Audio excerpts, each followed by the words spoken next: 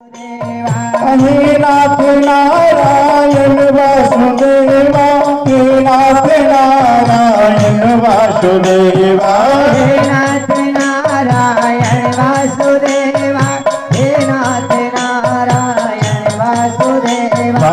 श्री कृष्ण गोविंद हरे मुरारे, हे नाथ नारायण वासुदेवा।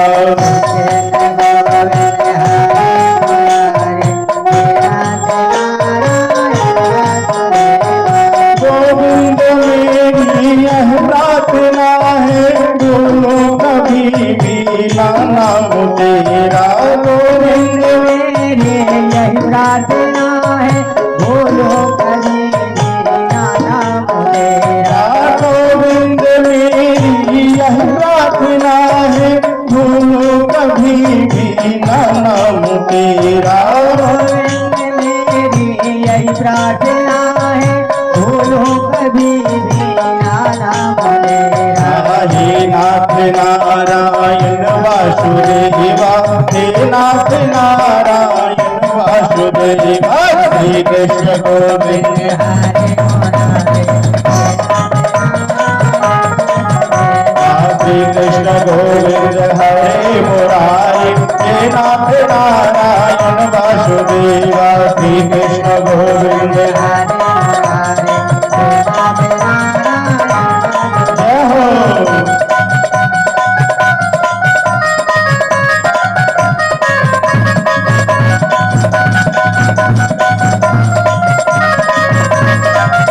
सभी लोग बाजी सेवा करते हुए मैया और भैया सभी लोग श्री राधे।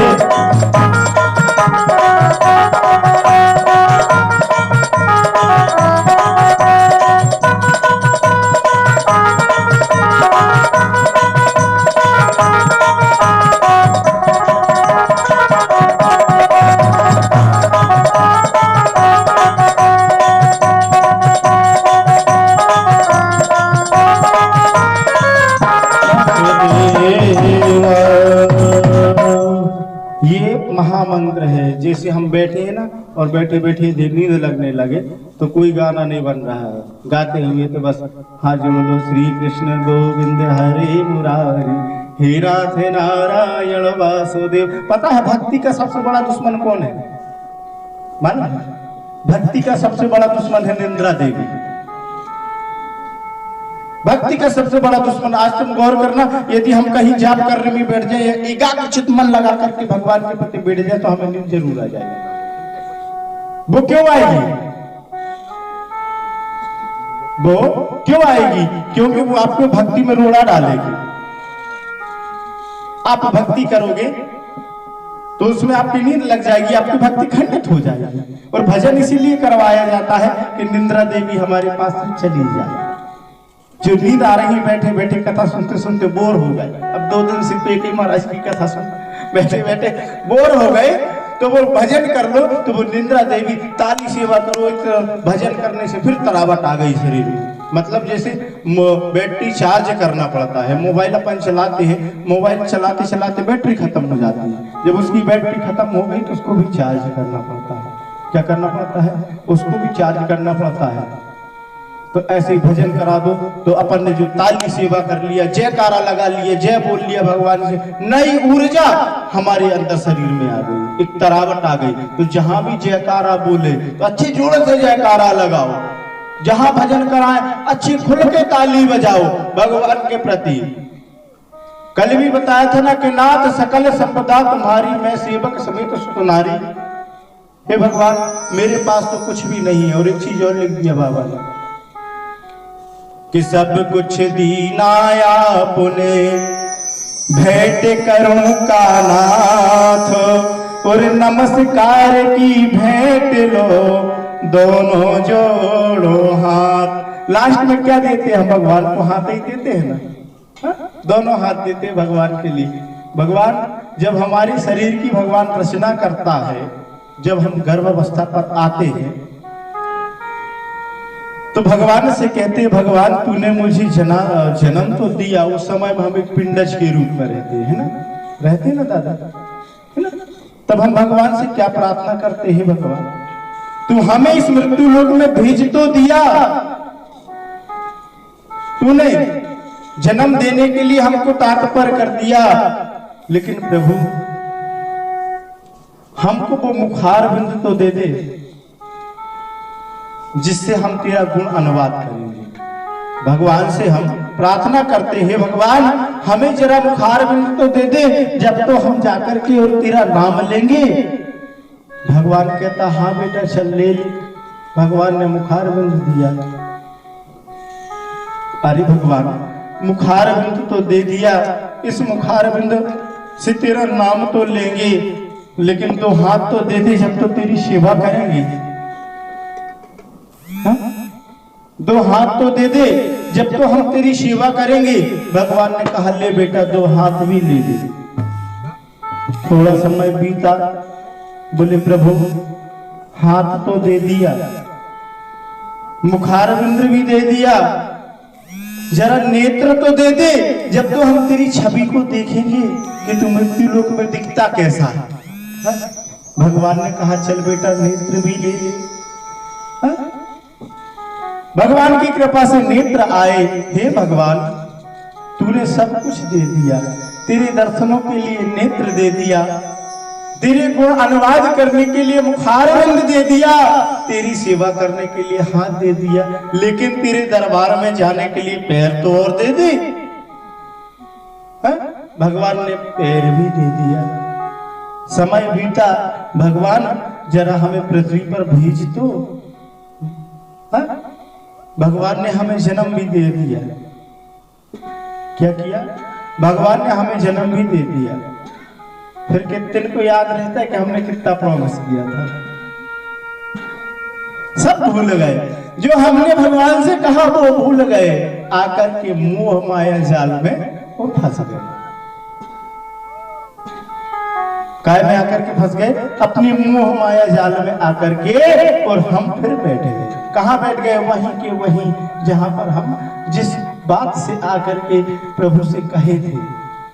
लेकिन ये मोह माया बड़ी अच्छी चीज है और बड़ी बुरी भी है। हमारे पूज्य गुरुदेव जी महाराज कहते हैं कि जो हमें जन्म दिया है उसको हम माता को अपनी यदि चमड़ी के चप्पल जूते भी बना करके पहनाए ना तो बहुत कम है, और फिर भी हम उसकी सेवा करना भूल जाते हैं। जिसने हमें जन्म दिया उसको भी हम भूल जाते हैं। जब उसको भी भूल जाते हैं तो फिर क्या कहना।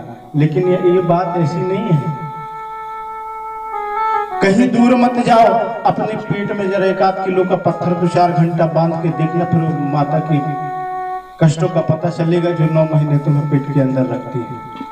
कि कितने कष्ट से माँ ने जन्म दिया, कितने कष्ट से पिता ने पाला। आज तुमने उससे कह दिया कि मुझे फलाना खिलौना चाहिए, तो उसने पता नहीं कहां से जुगाड़ बनाया, पूरे दिन काम किया, मेहनत किया, लेकिन तुम्हें वो खिलौना ला करके दे दिया। और जब पिता वृद्ध हो गया तो बोले बेटा 1 कट्टा बीड़ी ला दे। तो बेटा क्या कहता है? दिन भर बैठे बैठे बीड़ी पियाते रहो। लेकिन उसने नहीं कहा, उसने वो खिलौना ढूंढ करके ला करके तुमको पकड़ा दिया।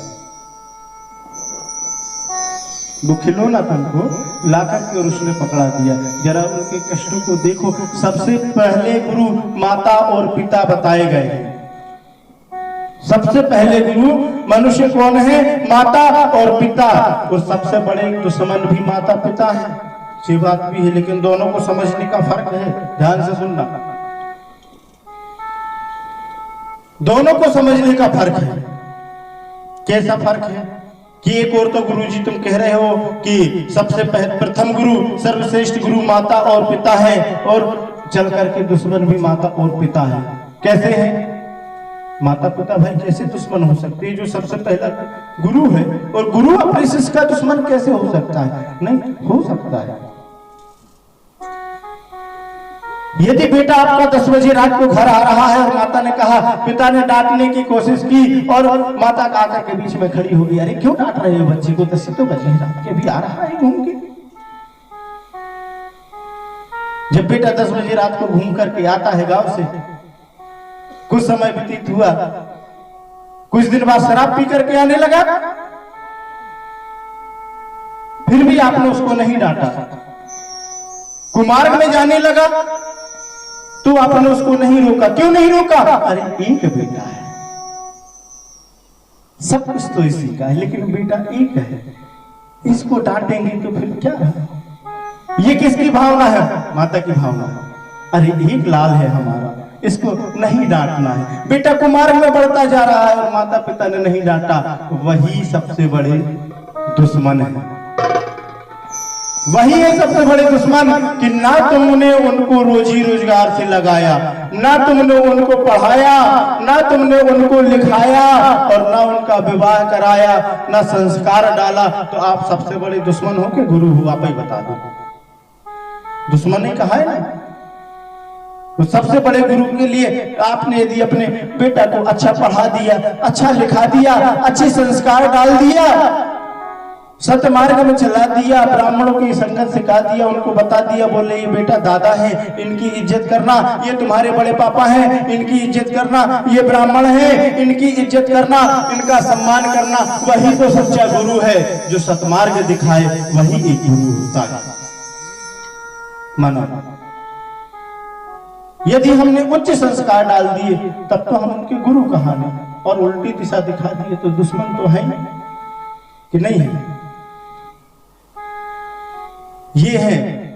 और आजकल देखना, छोटे बच्चे हमारे यदि कुर्सी पर बैठे रहेंगे और कोई सियाना आएगा तो वो कहो उठेंगे? नहीं उठेंगे।